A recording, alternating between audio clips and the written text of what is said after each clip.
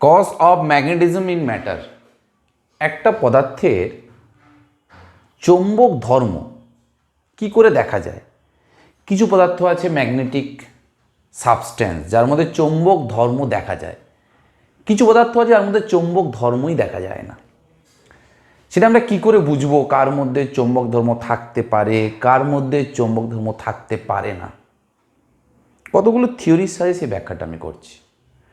Matter মানে পদার্থ। একটা ম্যাটার তৈরি করতে গেলে অ্যাটম দরকার, আবার অ্যাটম তৈরি হতে গেলে ইলেকট্রন দরকার আর নিউক্লিয়াস দরকার। আমরা জানি যে একটা নিউক্লিয়াস পজিটিভ চার্জ, তার বাইরে বিভিন্ন অরবিটে ইলেকট্রনগুলো রোটেট করে এবং বিভিন্ন প্লেনে রোটেট করে ইলেকট্রনগুলো। কোনো ইলেকট্রন যদি এরকম প্লেনে রোটেট করে, কোনো ইলেকট্রন এরকম প্লেনে রোটেট করে, কোনো ইলেকট্রন এরকম প্লেনে রোটেট করে, বিভিন্ন প্লেনে ইলেকট্রনগুলো রোটেট করে। সমস্ত ইলেকট্রনের ভেলোসিটিও সমান হয় না, এবং কোনো ইলেকট্রন যদি ক্লকওয়াইজ রোটেট করে, অন্য কোনো ইলেকট্রন আবার অ্যান্টি ক্লকওয়াইজ রোটেট করতে পারে। এই ইলেকট্রন যদি রোটেট করে, তার জন্য কিন্তু আমরা কারেন্ট পাবো। এটা আমরা জানি যে কোনো নিউক্লিয়াসের চারপাশে যদি ইলেকট্রন রোটেট করে, এই ইলেকট্রনের রোটেশনের জন্য তার ঠিক উল্টো দিকে আমরা একটা কারেন্ট পাই। যদি এই ডিরেকশানে ইলেকট্রন রোটেট করে, ঠিক তার উল্টো ডিরেকশানে আমি একটা কারেন্ট পাবো। এই কারেন্টের দিক হচ্ছে ক্লকওয়াইজ, তাহলে এদিকে হবে সাউথ পোল, ঠিক নিচে হবে নর্থ পোল। মানে ইলেকট্রন রোটেট করছে, সেই রোটেশনের জন্য একটা কারেন্ট তৈরি হচ্ছে, সেই কারেন্টের জন্য একটা ম্যাগনেটিক মুভমেন্ট তৈরি হচ্ছে। এবং আমরা জানি এই ম্যাগনেটিক মুভমেন্টের ভ্যালু কত হয়, m equals to pi r square into current. এবং এর ইউনিটটা কী হয় সেটা জানি, SI unit ampere metre square, কারণ এরিয়া ইন্টু কারেন্ট। তাহলে এরিয়া মিটার স্কোয়ার, কারেন্টে কি অ্যাম্পিয়ার, অ্যাম্পিয়ার মিটার স্কোয়ার। ইলেকট্রনে এই রোটেশনকে বলবো আমরা অরবিটাল ভেলোসিটি।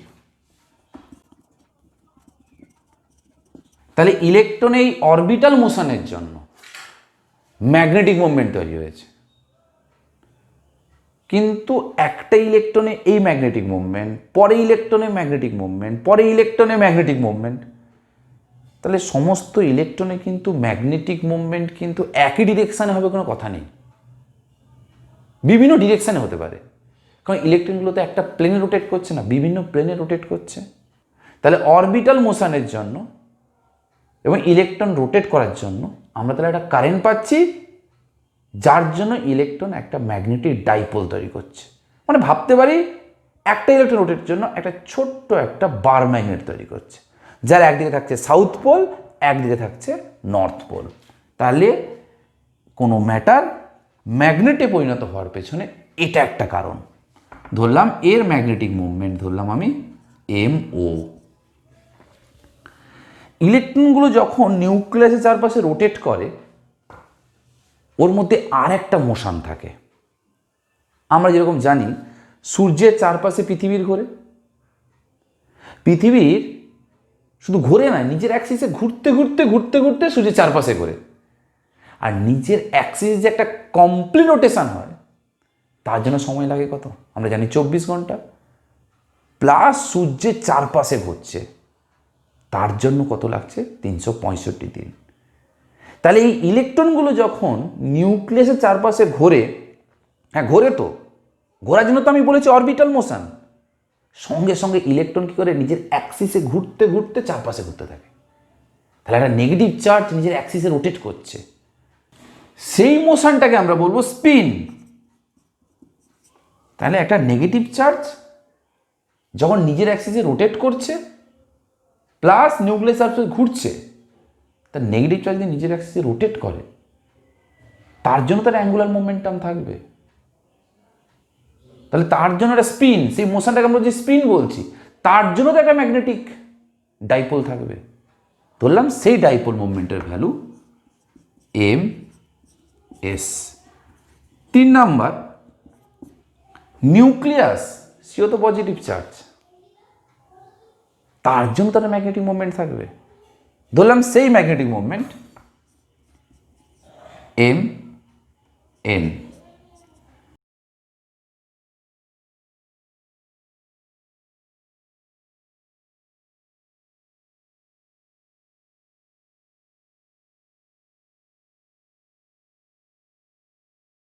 তাহলে এই যে একটা অ্যাটম, তার যে ম্যাগনেটিক মোমেন্ট তিনটে বিষয়ের উপর নির্ভর করছে। এক নম্বর ইলেকট্রনের রোটেশন, অরবিটাল মোশনের জন্য। দু নম্বর ইলেকট্রনের স্পিনের জন্য।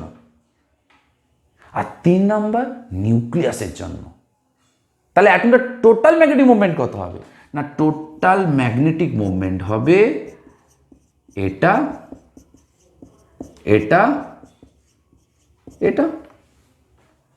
কিন্তু এই ইলেকট্রনের স্পিনের জন্য যে ম্যাগনেটিক মুভমেন্ট তৈরি হয় এবং নিউক্লিয়াসের জন্য যে ম্যাগনেটিক মুভমেন্ট তৈরি হয়, এই দুটো ভ্যালু কিন্তু এর রেসপেক্টে অনেক স্মল।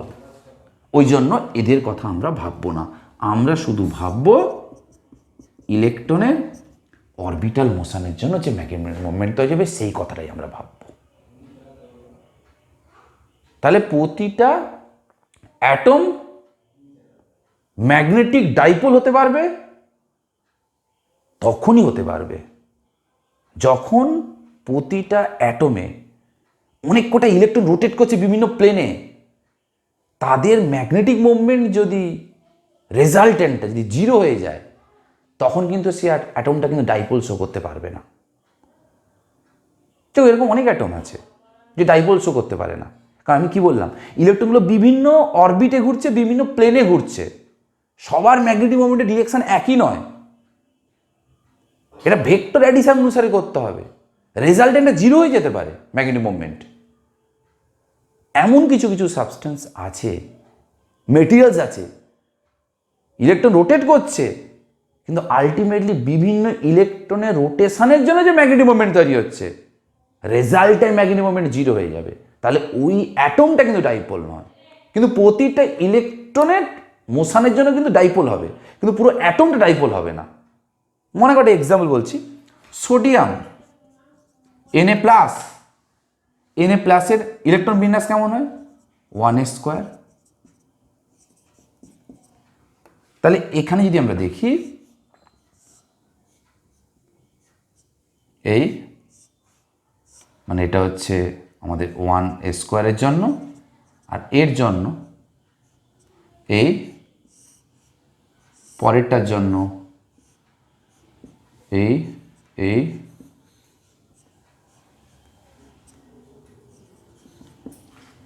তাহলে দেখো এখানে একটা পেয়ার, মানে একটা ইলেকট্রন যদি ক্লকওয়াইজ ঘুরে, পরের ইলেকট্রনটা অ্যান্টি ক্লকওয়াইজ ঘুরছে, উভয়ের ম্যাগনেটিক মুভমেন্ট কি হয়ে গেছে?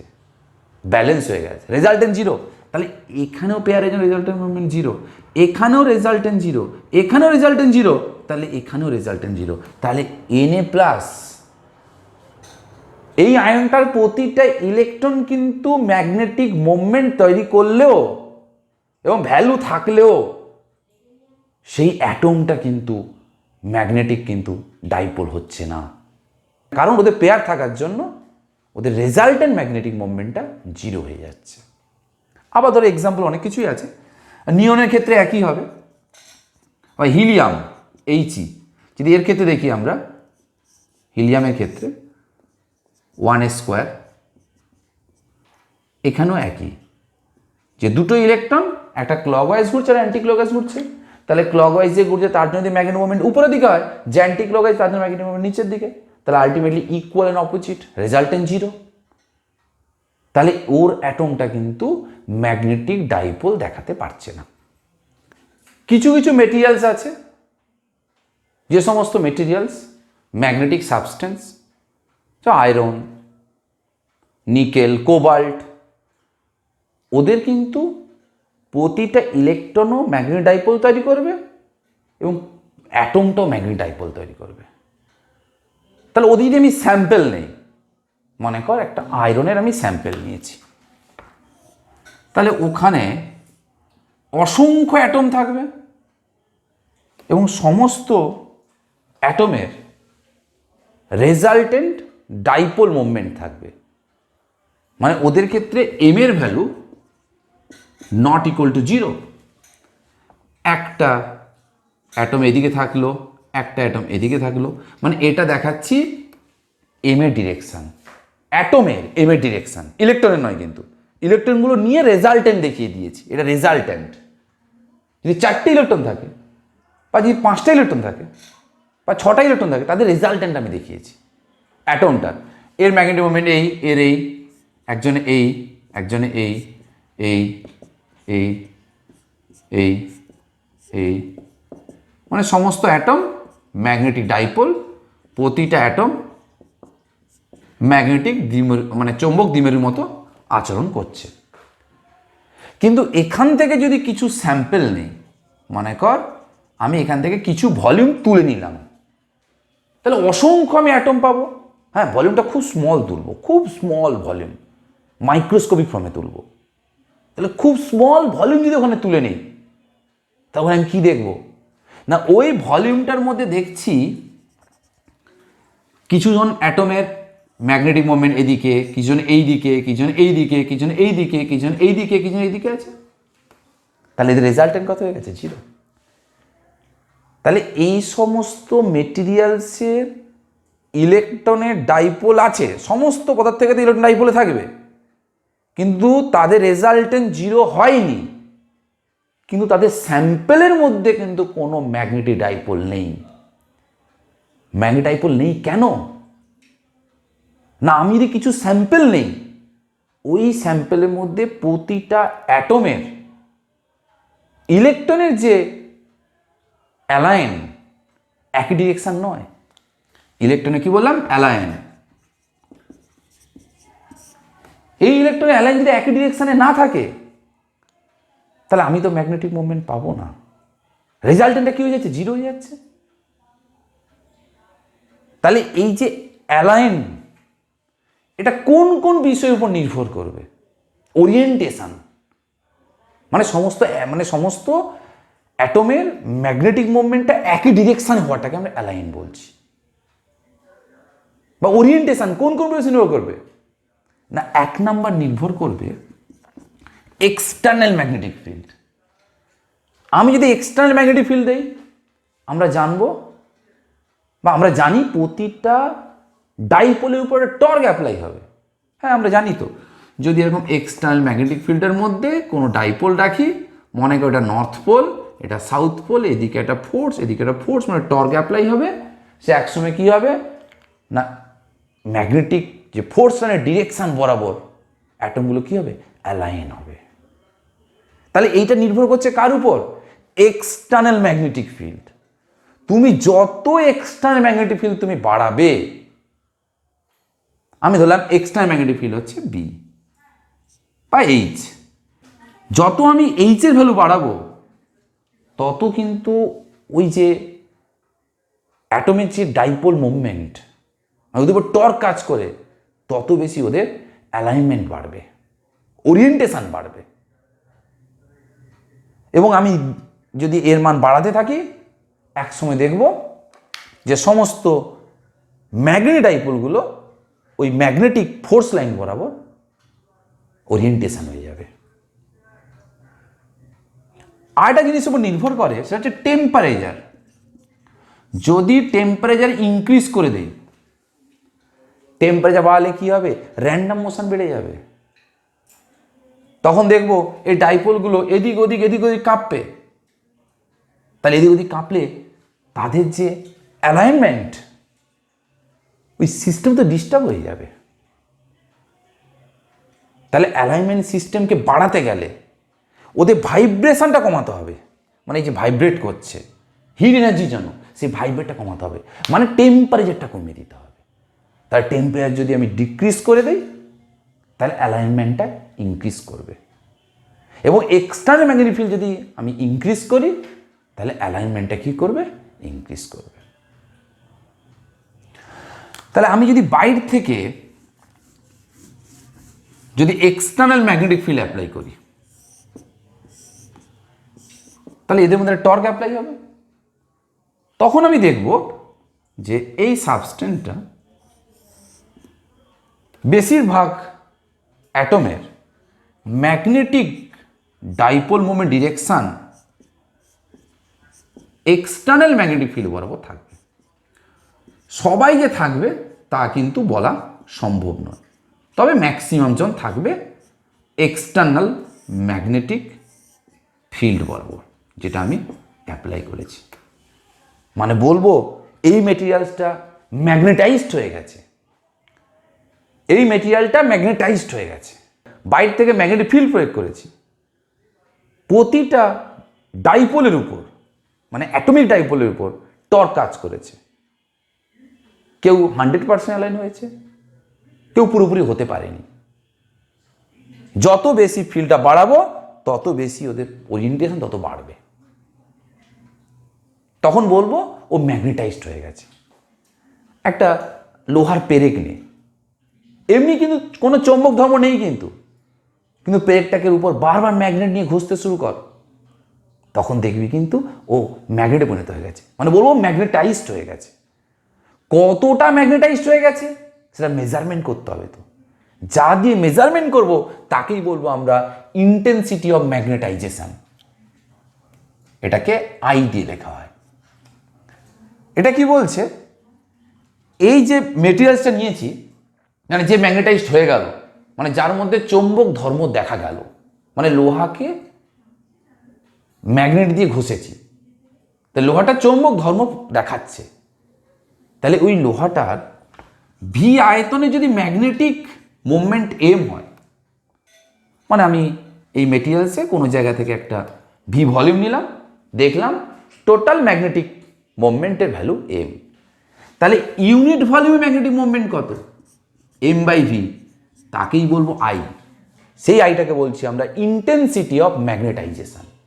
তাহলে আই ইকুয়ালস টু এম কখন, যখন ভি ইকুয়ালস টু 1। হ্যাঁ, এটাও ভেক্টর কোয়ান্টিটি, এটাও ভেক্টর কোয়ান্টিটি, কারণ লেফট হ্যান্ড সাইড ভেক্টর হলে রাইট হ্যান্ড সাইড ভেক্টর হবে। তাহলে আমি বলবো যে এই পদার্থটার পার ইউনিট ভলিউমে যে ম্যাগনেটিক মুভমেন্টটা তৈরি হবে তাকেই বলবো আমরা ইন্টেন্সিটি অফ ম্যাগনেটাইজেশন। এই ইউনিটটা কি হবে না, এম এর একক সবাই জানি, অ্যাম্পিয়ার মিটার স্কোয়ার, ভি কি মিটার কিউব, তাহলে এক্সআই ইউনিট হবে ampere metre to the power -1। এটা হচ্ছে ইন্টেন্সিটি অফ ম্যাগনেটাইজেশন। এই ইন্টেন্সিটি অফ ম্যাগনেটাইজেশন এটা নির্ভর করবে কার কার উপর, এক্সটার্নাল ফিল্ড বাড়িয়ে দাও, বেশি পরিমাণ অ্যাটম কি হবে, ওরিয়েন্টেশন হবে, তাহলে বেশি ম্যাগনেটাইজড হবে, মানে বেশি চৌম্বক ধর্ম দেখাবে, তাহলে এক্সটার্নাল ম্যাগনেটিক ফিল্ডের উপর নির্ভর করছে। 2 নাম্বার টেম্পারেচারের উপর নির্ভর করছে, কারণ টেম্পারেচার যত কমাবে ওদের ভাইব্রেশন তত কমবে, আর ভাইব্রেশন কমলে ওরিয়েন্টেশন বাড়বে। তাহলে টেম্পারেচার যত আমি বাড়াবো ওরিয়েন্টেশন কিন্তু কমে যাবে, তাহলে আই এর ভ্যালু কমবে। তাহলে আই এর ভ্যালু বাড়াতে গেলে টেম্পারেচার কমাতে হবে, এবং আই এর ভ্যালু বাড়াতে গেলে এক্সটার্নাল ম্যাগনেটিক ফিল্ডের ভ্যালু কি করতে হবে, বাড়াতে হবে। তাহলে ইন্টেন্সিটি অফ ম্যাগনেটাইজেশনের ডেফিনেশনটা কি দেবো, আই এর ডেফিনেশন না, আই ইজ ইকুয়াল টু দিলাম এম বাই ভি, তাহলে আই ইকুয়ালস টু এম কখন হবে, ভি ইকুয়ালস টু যখন 1। তাহলে কোনো ম্যাগনেটিক সাবস্টেন্সকে যখন কোনো এক্সটার্নাল ম্যাগনেটিক ফিল্ডের মধ্যে রাখবো, তাহলে ওই ম্যাগনেটিক সাবস্টেন্সে পার ইউনিট ভলিউমে যে ম্যাগনেটিক মুভমেন্টটা তৈরি হবে তাকেই বলবো আমরা ইন্টেন্সিটি অফ ম্যাগনেটাইজেশন। ডেফিনেশন বলছে it is defined as the magnetic movement develop per unit volume, it is called the intensity of magnetisation. মানে কোনো ম্যাগনেটিক সাবস্টেন্সের পার ইউনিট ভলিউমে যে ম্যাগনেটিক মুভমেন্টটা তৈরি হবে তাকেই বলবো আমরা ইন্টেন্সিটি অফ ম্যাগনেটাইজেশন। যদি এই একটা ম্যাগনেটিক সাবস্টেন্স নেই, মনে কর যার লেন্থ হচ্ছে 12, যদি এক্সটার্নাল ম্যাগনেটিক ফিল্ডের মধ্যে রেখে দিই তাহলে ম্যাগনেটে পরিণত হবে। তাহলে একদিকে কি হবে, যদি ম্যাগনেটিক ফোর্স এদিকে কাজ করে আমরা জানি এইদিকে হবে নর্থ পোল, এইদিকে হবে সাউথ পোল, যা এম হচ্ছে কি পোল স্ট্রেংথ, তাহলে এই ম্যাগনেটের ম্যাগনেটিক ডাইপোল মোমেন্টের ভ্যালু কত হবে না magnetic length into pole strength. তাহলে ইন্টেন্সিটি অফ ম্যাগনেটাইজেশন কত হবে m/v মানে 12 into m by volume. Volume কত ধরলাম এই ম্যাগনেটটার area of cross section a, তাহলে এরিয়া ইন্টু লেন্থ মানে ভলিউম, তাহলে কত হচ্ছে এটা m/a। তাহলে I ইকুয়ালস টু আমরা পেলাম m/a, তাহলে m ইকুয়ালস টু হচ্ছে I ইন্টু a। এই একটা ম্যাগনেটিক সাবস্টেন্স, এই ম্যাগনেটিক সাবস্টেন্সকে আমি ম্যাগনেটিক ফিল্ডের মধ্যে রেখে দিয়েছি, এক্সটার্নাল ম্যাগনেটিক ফিল্ড, যেটাকে আমি এইচ দিয়ে দেখিয়েছি, এবং এইটা হচ্ছে এক্সটার্নাল ম্যাগনেটিক ফিল্ড অ্যাপ্লাই করেছি, এখানেও অ্যাপ্লাই করেছি, এখানে অ্যাপ্লাই করেছি, মানে এক্সটার্নাল ম্যাগনেটিক ফিল্ডের মধ্যে ম্যাগনেটিক সাবস্টেন্সটা রেখে দিয়েছি। তাহলে সাবস্টেন্সটা কি ম্যাগনেটাইজড হবে, এবং ম্যাগনেটাইজড হলে ম্যাগনেটিক ফোর্স লাইন বরাবর নর্থ পোল উল্টো দিকে সাউথ পোল করবে, আর বাইরে ম্যাগনেটিক ফোর্স লাইন কোন দিকে হবে মানে যে ম্যাগনেটাইজড হলো তার যে ফোর্স লাইন না বাইরে নর্থ টু সাউথ, ভেতরে কোন দিকে সাউথ টু নর্থ। তাহলে যে পদার্থটা ম্যাগনেটাইজড হলো তার জন্য যে ম্যাগনেটিক ফোর্স লাইন সেগুলোকে আমি ডটের লাইন দিয়ে দেখিয়েছি, এই যে ডটের লাইন দিয়ে দেখিয়েছি। আর এই প্লেন লাইনগুলো হচ্ছে এক্সটার্নাল ম্যাগনেটিক ফিল্ড। তাহলে এখন লাইন অফ ম্যাগনেটাইজেশন আর ম্যাগনেটিক লাইন অফ ইন্ডাকশন কাকে বলবো না যে মেটেরিয়ালসটাকে ম্যাগনেটিক ফিল্ডের মধ্যে রেখেছিলাম সে ম্যাগনেটাইজড হয়ে গেছে, ম্যাগনেটাইজড হওয়ার জন্য সে ম্যাগনেটিক ফোর্স লাইন তৈরি করেছে, সেই লাইনটা কি ডটের লাইন, সেই লাইনটাকে বলবো আমরা লাইন অফ ম্যাগনেটাইজেশন। দেখো তার ডেফিনেশন তাই লিখেছি, line of force produced due to magnetisation of the materials are called line of magnetisation. যে ম্যাগনেটিক মেটেরিয়ালসটা ম্যাগনেটাইজড হয়েছে তার জন্য যে ম্যাগনেটিক ফোর্স লাইন তৈরি করেছে সেই ম্যাগনেটিক ফোর্স লাইনটাকে আমরা কি বলবো লাইন অফ ম্যাগনেটাইজেশন। দেখো আমি তাই দেখিয়েছি, এটা হচ্ছে লাইন অফ ম্যাগনেটাইজেশন, এটাও হবে line of magnetisation. Magnetic line of induction কাকে বলবো, আচ্ছা এই মেটেরিয়ালসটা ভেতরে এই ডটেড লাইনটাও আছে এবং এই এক্সটার্নাল ম্যাগনেটিক ফিল্ড এই লাইনটাও আছে, এই দুটো লাইনকে একসঙ্গে বলবো আমরা। তাহলে এই যে মেটেরিয়ালসটা আমি দেখিয়েছি দেখো ডটেড লাইনটাও আছে এবং এক্সটার্নাল ম্যাগনেটিক ফিল্ডও আছে, তাহলে এক্সটার্নাল ম্যাগনেটিক ফিল্ড এবং ডটেড লাইনটা একসঙ্গেই আছে, এই দুটো লাইনকে একসঙ্গেই আমরা কি বলবো ম্যাগনেটিক লাইন অফ ইন্ডাকশন। তাহলে কোনো ম্যাগনেটিক সাবস্টেন্সকে কোনো এক্সটার্নাল ম্যাগনেটিক ফিল্ডের মধ্যে রাখলে ওই ম্যাগনেটের ভেতরে দুটো লাইন থাকবে, একটা এক্সটার্নাল ম্যাগনেটিক ফোর্স লাইন, কারণ ওর জন্যই তো সে ম্যাগনেটে পরিণত হয়েছে, এবং ম্যাগনেটে পরিণত হওয়ার পর ওর তো একটা ফোর্স লাইন তৈরি করেছে, ওই দুটো লাইনকে একসঙ্গে আমরা কি বলবো ম্যাগনেটিক লাইন অফ ইন্ডাকশন। তাই লিখেছি দেখো, within the magnetic materials line of force due to the applied field and the line of magnetisation are parallel and all are in the same direction.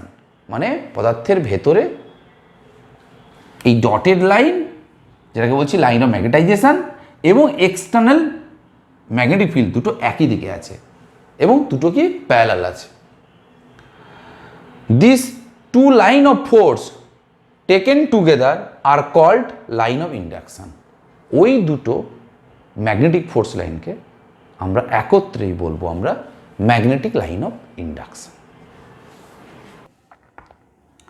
আমরা যদি কোনো ম্যাগনেটিক মেটেরিয়ালকে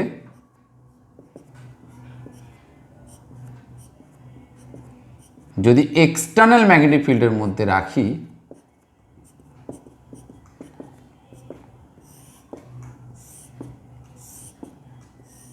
এই external যে magnetic field ওকেই বলা হয় ম্যাগনেটিক ইন্টেন্সিটি, এইচ দিয়ে লেখা হয়। মনে কর এই একটা সলিনয়েড, এর ভেতরে আমি কোনো সফট আয়রন ঢুকিয়ে দিয়েছি, কাঁচা লোহা, ওকে আমি ম্যাগনেটাইজড করব। তাহলে ও ম্যাগনেটাইজড হচ্ছে কার জন্য ম্যাগনেটাইজড হচ্ছে, সলিনয়েডের মধ্যে কারেন্ট পাঠাচ্ছি, সলিনয়েড একটা ম্যাগনেটিক ফিল্ড তৈরি করছে, সেই ম্যাগনেটিক ফিল্ডের মধ্যে সফট আয়রন আছে, তাহলে সফট আয়নটা ম্যাগনেটাইজড হবে।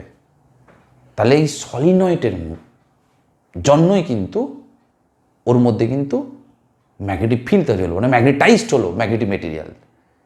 এখানে এই সলিনয়েডটাকে আমরা কি বলবো, একটা এক্সটার্নাল সিস্টেম। তার জন্য যে ম্যাগনেটিক ফিল্ডটা তৈরি হয়েছে, মানে সলিনয়েডে তার জন্য ম্যাগনেটাইজড হয়েছে। এই সলিনয়েডের যে ম্যাগনেটিক ফিল্ডটাকেই আমরা বলবো ম্যাগনেটিক ইন্টেন্সিটি, যাকে এইচ ভেক্টর দিয়ে লেখা হয়।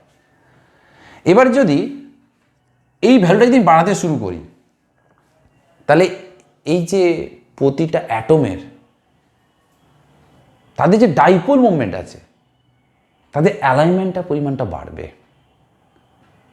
মনে কর অনেক সময় দেখবি স্ক্রুড্রাইভার আছে না, সেইটাকে দিয়ে কোনো স্ক্রুকে খোলার সময় ম্যাগনেটে পরিণত হওয়া দরকার হয় স্ক্রুড্রাইভারটা, যাতে কি হয় স্ক্রুটাকে অ্যাট্রাক্ট করে বাইরে টেনে আনতে পারে।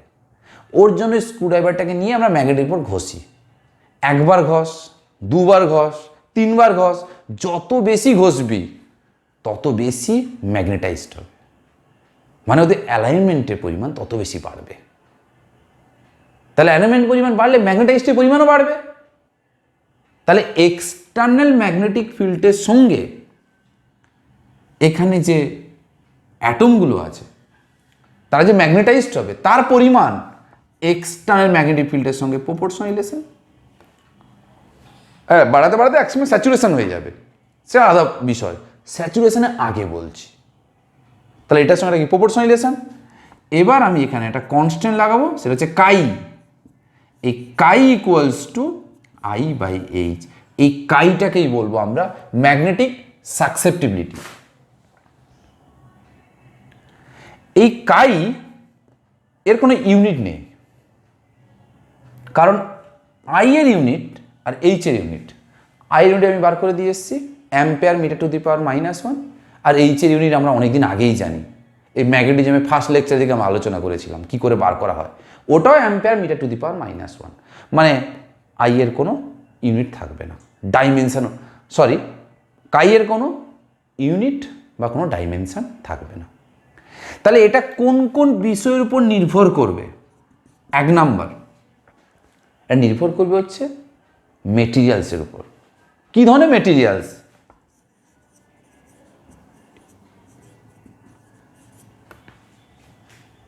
এক নাম্বার, মানে অক্সিজেন নিয়েছি না হাইড্রোজেন নিয়েছি না নিকেল নিয়েছি না কোবাল্ট, তার উপর নির্ভর করবে। মানে সবার তো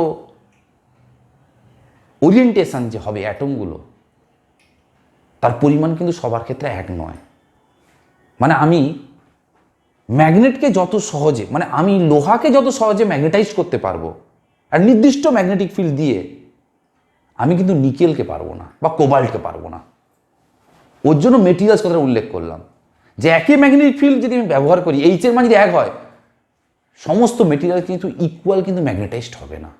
ওই জন্য মেটেরিয়ালস কথাটা ব্যবহার করেছি। তাহলে আই এর ভ্যালু যদি আলাদা হয়, নিশ্চিত কাই এর ভ্যালু আলাদা হবে, মানে ম্যাগনেটিক সাসেপ্টিবিলিটি ভ্যালুটা আলাদা হবে। দু নম্বর নির্ভর করবে হচ্ছে টেম্পারেচারের উপর। টেম্পারেচার যদি বাড়া কমা করি, টেম্পারেচার, এই টেম্পারেচার বাড়া কমা করলে তাদের কিন্তু র্যান্ডাম মোশন বেড়ে যাবে বা কমে যাবে। আর র্যান্ডাম মোশন বাড়া কমাতে আই এর মান বাড়া কমা হবে, বেশি অ্যালাইন্ড হতে পারবে না, তাহলে কাই এর মানও বাড়া কমা করবে। অর্থাৎ এটা নির্ভর করছে টেম্পারেচার নির্ভর করছে, আর নির্ভর করছে কার উপর? মেটেরিয়ালসের উপর। তাহলে ম্যাগনেটিক সাসেপ্টিবিলিটি ডেফিনেশন কি দেব আমরা? Chi equals to I by H পেয়েছি, আবার আই মানে জানি এম বাই ভি। তাহলে কাই ইকুয়ালস টু এম কখন হবে? যখন V equals to 1, H equals to 1। তাহলে ম্যাগনেটিক সাবস্টেন্সকে যদি আমরা ইউনিট ম্যাগনেটিক ইন্টেন্সিটির মধ্যে রাখি, ওই সাবস্টেন্সটার পার ইউনিট ভলিউমে যে ম্যাগনেটিক মুভমেন্টটা তৈরি হবে, তার ভ্যালুটাই হবে ম্যাগনেটিক সাসেপ্টিবিলিটির সঙ্গে সমান। তা ডেফিনেশন লিখেছি দেখ, it is the magnitude of the magnetic movement develop in the substance per unit volume when placed in a unit magnetic intensity. তাহলে কোনো ম্যাগনেটিক সাবস্টেন্সকে আমরা যদি ইউনিট ম্যাগনেটিক ইন্টেন্সিটির মধ্যে রাখি, তার পার ইউনিট ভলিউমে যে ম্যাগনেটিক মুভমেন্টটা তৈরি হবে তাকেই বলবো আমরা ওই মেটেরিয়ালসের magnetic susceptibility. Relation between mu আর মানে হচ্ছে রিলেটিভ ম্যাগনেটিক পারমিয়াবিলিটি অ্যান্ড হচ্ছে কাই মানে ম্যাগনেটিক সাসেপ্টিবিলিটি, এই দুটোর মধ্যে কি সম্পর্ক আমি দেখব। আমরা যখন কোনো ম্যাগনেটিক সাবস্টেন্সকে এক্সটার্নাল ম্যাগনেটিক ফিল্ডের মধ্যে রেখেছি, এর ভেতরে তো একটা ফোর্স লাইন তৈরি হয়েছিল এই বরাবর, এই বরাবর। লক্ষ্য করে দেখ, বাইরে যে কটা ফোর্স লাইন আছে ভেতরে তার চেয়ে ফোর্স লাইন কিন্তু বেশি। মানে এক্সটার্নাল ম্যাগনেটিক ফিল্ডের মধ্যে কোনো ম্যাগনেটিক মেটেরিয়ালসকে রাখলাম, সে ম্যাগনেটাইজড হয়ে গেল, তার ভেতরে ম্যাগনেটিক ফিল্ড কিন্তু বাইরে ম্যাগনেটিক ফিল্ডের চেয়ে কিন্তু বেশি হচ্ছে। তাহলে এর ভেতরে যে ম্যাগনেটিক ফিল্ডটা তৈরি হয়েছে তার ভ্যালুটা কিন্তু বাইরে ম্যাগনেটিক ফিল্ড মানে এক্সটার্নাল যে ম্যাগনেটিক ফিল্ড অ্যাপ্লাই করেছি তার চেয়ে কিন্তু বেশি। তাহলে ওর ভেতরে যে ম্যাগনেটিক ফিল্ড মানে টোটাল ম্যাগনেটিক ফিল্ড যেটাকে বি নেট, এটা কোন কোন বিষয়ের উপর নির্ভর করবে? সে কতটা ম্যাগনেটাইজড হয়েছে, যতটা বেশি ম্যাগনেটাইজড হবে তার ভেতরে তত বেশি বি এর ভ্যালু বাড়বে। তাহলে এটা নির্ভর করছে আই এর উপর এবং নির্ভর করছে এইচ এক্সটার্নাল ম্যাগনেটিক ফিল্ড ইন্টেন্সিটির উপর। যত আমি এইচ বাড়াবো মেটেরিয়াল তত বেশি ম্যাগনেটাইজড হবে, মানে তত বেশি কি অ্যালাইনমেন্ট হবে, তাহলে আইও বাড়বে। তাহলে আই যদি বাড়ে বি নেটের পরিমাণ তো বাড়বে, মানে টোটালের ভ্যালু তো। তাই টোটাল ভ্যালু নির্ভর করছে কার উপর? এক্সটার্নাল ম্যাগনেটিক ফিল্ড উপর নির্ভর করছে এবং কতটা ম্যাগনেটাইজ সে হয়েছে তার উপর নির্ভর করছে। তাহলে বলতে পারি এই ভ্যালুটা এটার সঙ্গে প্রপোর্শনাল। এইটাকে আমি বি ধরে নিলাম, তাহলে বি একটা কনস্ট্যান্ট, সেটা হচ্ছে mu not I plus H. তাহলে এই বিটা কি না, এই মেটেরিয়ালসটার ভেতরে টোটাল যে ম্যাগনেটিক ফিল্ড তৈরি হয়েছে তার ভ্যালুটা। আর মিউ নটটা কি কনস্ট্যান্ট, আমরা জানি এটা ম্যাগনেটিক পারমিয়াবিলিটি অফ ভ্যাকাম, শূন্য মাধ্যমে চৌম্বক ভেদ্যতা। যদি এটাকে 1 নম্বর সমীকরণ মনে কর, যদি আমি ম্যাগনেটিক ফিল্ড আমি দিয়েছি মানে এক্সটার্নাল ম্যাগনেটিক ফিল্ড দিয়েছি কিন্তু কোনো মেটেরিয়ালস রাখিনি, কোনো মেটেরিয়ালস নেই, মানে ভ্যাকাম শূন্য মাধ্যম, মানে কোনো অ্যাটমই নেই, কোনো ডাইপোল নেই, তাহলে ম্যাগনেটাইজ কেউ হবে? তাহলে ম্যাগনেটাইজটা জিরো। তাহলে ম্যাগনেটাইজ যদি জিরো হয় মানে আমি ভ্যাকামের কথা বলছি, তাহলে সেক্ষেত্রে এই ফর্মুলাটা কি লিখতে পারি? B equals to mu naught zero plus H, তখন বি নট দিলাম equals to mu naught into H. তাহলে এই বি নটটা কি বোঝাচ্ছে? কোনো ম্যাগনেটিক ফিল্ডের মধ্যে কোনো যদি ম্যাগনেটিক সাবস্টেন্সকে আমরা না রাখি, যদি শূন্য মাধ্যম থাকে, সেক্ষেত্রে এই বি এর ভ্যালু কত হবে? B naught equals to mu naught into H হবে। আর যদি আমি কোনো মেটেরিয়ালস রাখি কত হবে সেটা আমি দেখেছি, এই তো বেরিয়েছে, এটাই তো হবে। তাহলে এই ফর্মুলা অনুসারে এটা কি করে বার করব? যদি কোনো মেটেরিয়ালস রাখি, যদি শূন্য মাধ্যম হয় তাহলে এটা হলো, কোনো মাধ্যম হলে মিউ হবে, সেই মিউটা কি? Magnetic permeability of material into কত? এইচ ইকুয়ালস টু কত? বি। তাহলে এই বি নট বোঝাচ্ছে এক্সটার্নাল ম্যাগনেটিক ফিল্ড আছে অথচ শূন্য মাধ্যম, আর এই বিটা কি বোঝাচ্ছে? এক্সটার্নাল ম্যাগনেটিক ফিল্ড আছে এবং তার মধ্যে ম্যাগনেটিক মেটেরিয়ালস আছে, ওই ম্যাগনেটিক মেটেরিয়ালসের মধ্যে টোটাল বি এর ভ্যালু বোঝাচ্ছে। এটা মানেই তো এটা। তাহলে আমি লিখতেই পারি কত? এখানে লিখতে পারি mu into H, mu not I plus H. Numerical করতে এটা খুব কাজে লাগবে। ওই মিউ নটটা এদিকে পাঠিয়ে দিলাম, তাহলে মিউ বাই মিউ নট, এটা কত হবে? I by H plus 1। এটা মানে কি আমরা জানি সবাই, mu R I by H plus 1। তাহলে মিউ আর 1 প্লাস এটা মানে কি কাই, তাহলে mu r equals to 1 plus chi. এটা হচ্ছে রিলেটিভ ম্যাগনেটিক পারমিয়াবিলিটি এবং ম্যাগনেটিক সাসেপ্টিবিলিটির মধ্যে রিলেশন বেরিয়ে গেল। কত? Mu r equals to 1 plus chi. এবার মিউ আর মানে আমি জানতাম, অনেকদিন আগে থেকেই আমরা সবাই জানতাম, মিউ বাই মিউ নট, মানে কোনো মেটেরিয়ালসের জন্য ম্যাগনেটিক পারমিয়াবিলিটি আর ভ্যাকামের জন্য ম্যাগনেটিক পারমিয়াবিলিটি দুটো রেশিও জানতাম আমরা। আবার এখানে আমি কি দেখলাম, মানে আমি অন্য আকারের ডেফিনেশন দেওয়ার চেষ্টা করছি, মানে এটাও ঠিক, পরেরটা যেটা বলবো সেটাও ঠিক। আবার দেখ, মিউ মানে এখান থেকে কি বলতে পারি, বি বাই এইচ। আবার মিউ নট মানে কি বলতে পারি, দেখ বি নট বাই এইচ, মানে কত হচ্ছে বি বাই বি নট। তাহলে কোনো মেটেরিয়ালসকে রাখলে তার মধ্যে যে ম্যাগনেটিক ফিল্ড, আর যদি না রাখলে যে ম্যাগনেটিক ফিল্ড, দুটো রেশিও, মানে কত গুণ বেড়ে যাচ্ছে। মানে কোনো মেটেরিয়ালস রাখার পর তার ম্যাগনেটিক ফিল্ড যত গুণ বেড়ে যাচ্ছে, তাকেই আমি বলতে পারি রিলেটিভ ম্যাগনেটিক পারমিয়াবিলিটি, মানে অন্য হিসেবে ডেফিনেশন দেওয়ার জন্য বলতে পারি। 13 নাম্বার নিউমেরিক্যাল। একটা ম্যাগনেটিক সাবস্টেন্স আছে, এক্সটার্নাল ম্যাগনেটিক ফিল্ডের মধ্যে রাখা আছে, যার এইচের ভ্যালু বলেছে 7.5 ওরস্টেড। বি বা এইচের কখনো বি কখনো এইচ যেটা বলবে সেটা ধরতে গেলে ইউনিট থেকে ধরতে হয়। তাহলে ওরস্টেড এবং ampere metre to the power -1 এটা এইচের ইউনিট হয়, এটা এসআই, এটা সিজিএস, আর বি এর একক হয় টেসলা আর গাউস। তাহলে এইচের এই ওরস্টেড ভ্যালুটা দেওয়া আছে, এখান থেকে ampere metre to the power -1-এ কনভার্ট করে নিবি। যে মেটেরিয়ালসটা আছে তার ভলিউম দিয়েছে, মানে length into breadth into height, এটা সেন্টিমিটার কিউব আছে, এটাকে এসআইতে মিটার কিউবে কনভার্ট করে নিবি, মানে 100 কিউব দিয়ে ভাগ করে। এবং মেটেরিয়ালসের রিলেটিভ ম্যাগনেটিক পারমিয়াবিলিটি বলেছে 640। এখন বার করতে হবে যে মেটেরিয়ালসটাকে এক্সটার্নাল ম্যাগনেটিক ফিল্ডের মধ্যে রেখেছি তার মধ্যে কি পরিমাণ ম্যাগনেটিক মুভমেন্ট তৈরি হচ্ছে, এটা আমি ক্যালকুলেশন করব। আমরা আই ইজুগাল টু জানি M by V, M equals to I into V, সব কটা কিন্তু এসআইতে কনভার্ট করে তারপর নিউমেরিক্যাল স্টার্ট করবি। ভি জানি কিন্তু আমি আই জানি না, ভিটা কিন্তু ভলিউম। এবার আই বার করবো কী করে, আবার জানি মিউ আর ইকুয়ালস টু 1 + কাই, আবার কাই মানে হয় আই বাই এইচ। তাহলে এখানে এইচ দেওয়া, আই বেরিয়ে যাবে, আইটা বসিয়ে দেবো, এম পেয়ে যাবো। পুরো অঙ্ক দিয়ে এসআইতে করি, তাহলে ম্যাগনেটিক মুভমেন্টের ইউনিট হবে ampere metre square. 17 number numerical. একটা ম্যাগনেটিক মেটেরিয়াল যার এরিয়া অফ ক্রস সেকশন বলে দিয়েছে 1.5 সেন্টিমিটার স্কোয়ার, এটা এসআইতে ট্রান্সফার করবি, 1.5/100 করে মিটার স্কোয়ার নিয়ে যাবে। আই এর ভ্যালু বলে দিয়েছে 120 ampere metre to the power -1।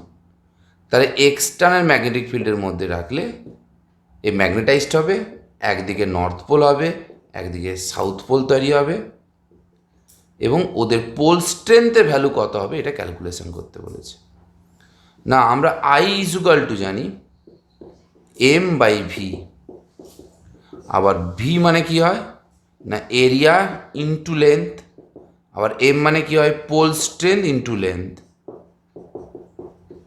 তাহলে pole strength equals to I into A, সব দেওয়া আছে, বসিয়ে এখান থেকে পোল স্ট্রেংথটার ভ্যালু বার করে নিবি।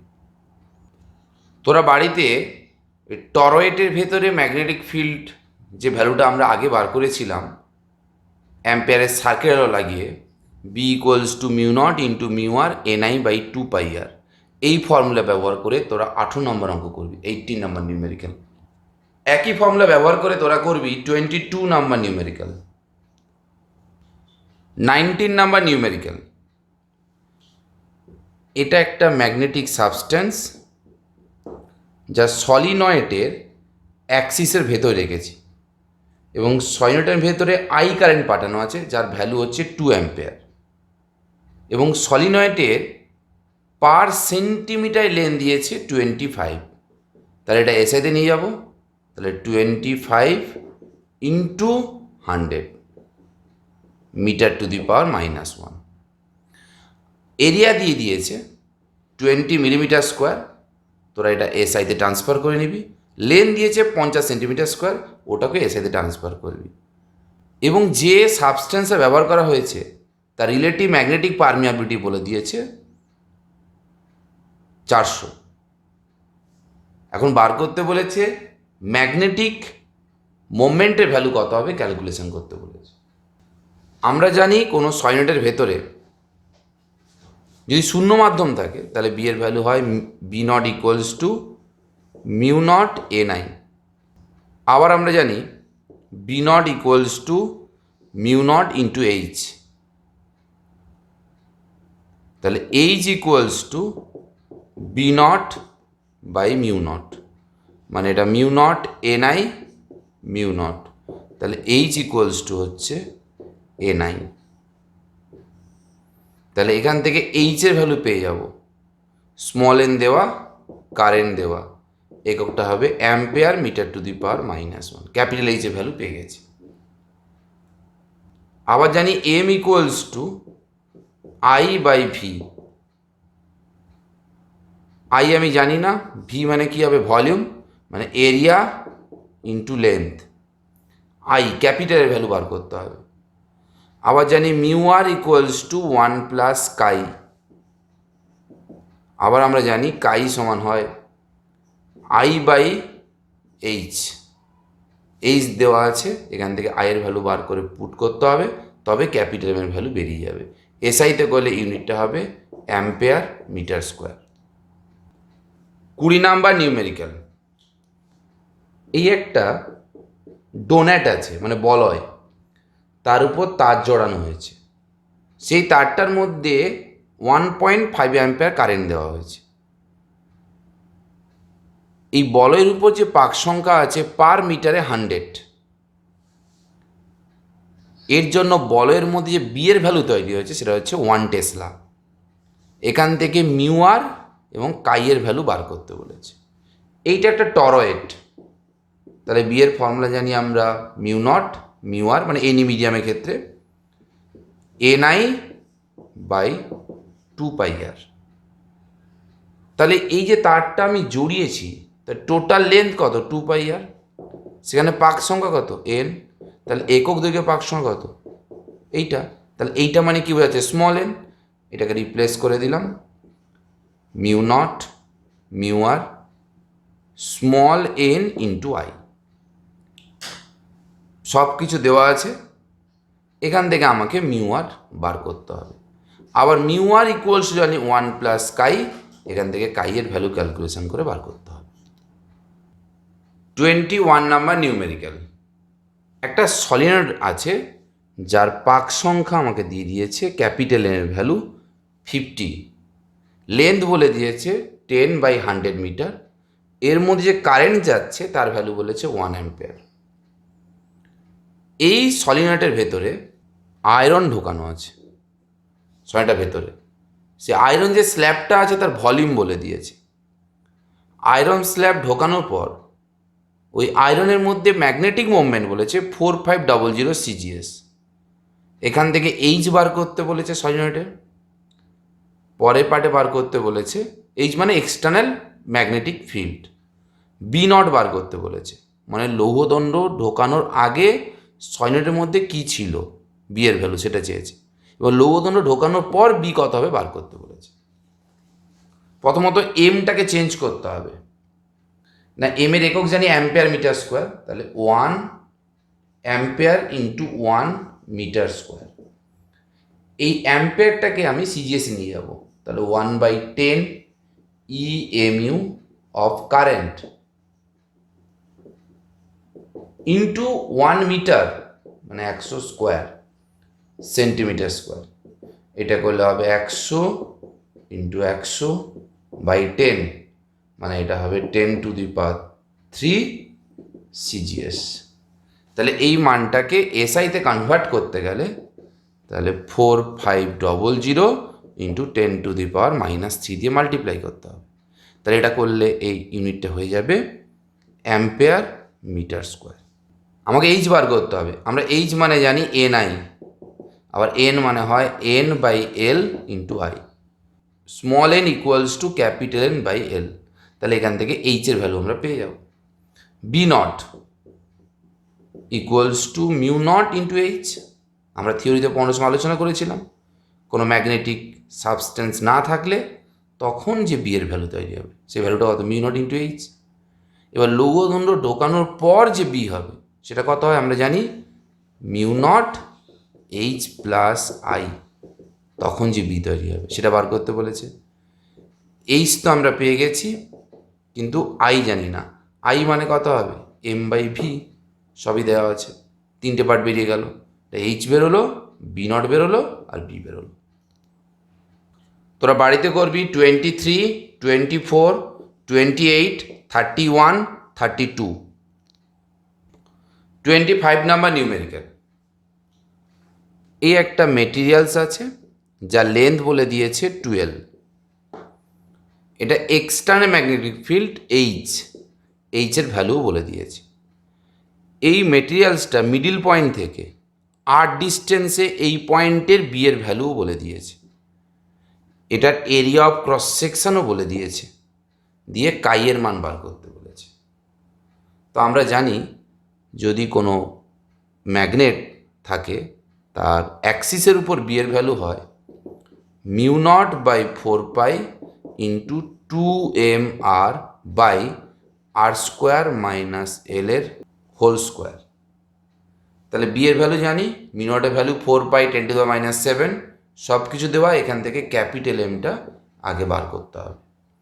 আবার আমরা জানি কাই চেয়েছে, কাই মানে জানি আই বাই এইচ। আবার আমরা জানি I equals to M by V, V into H.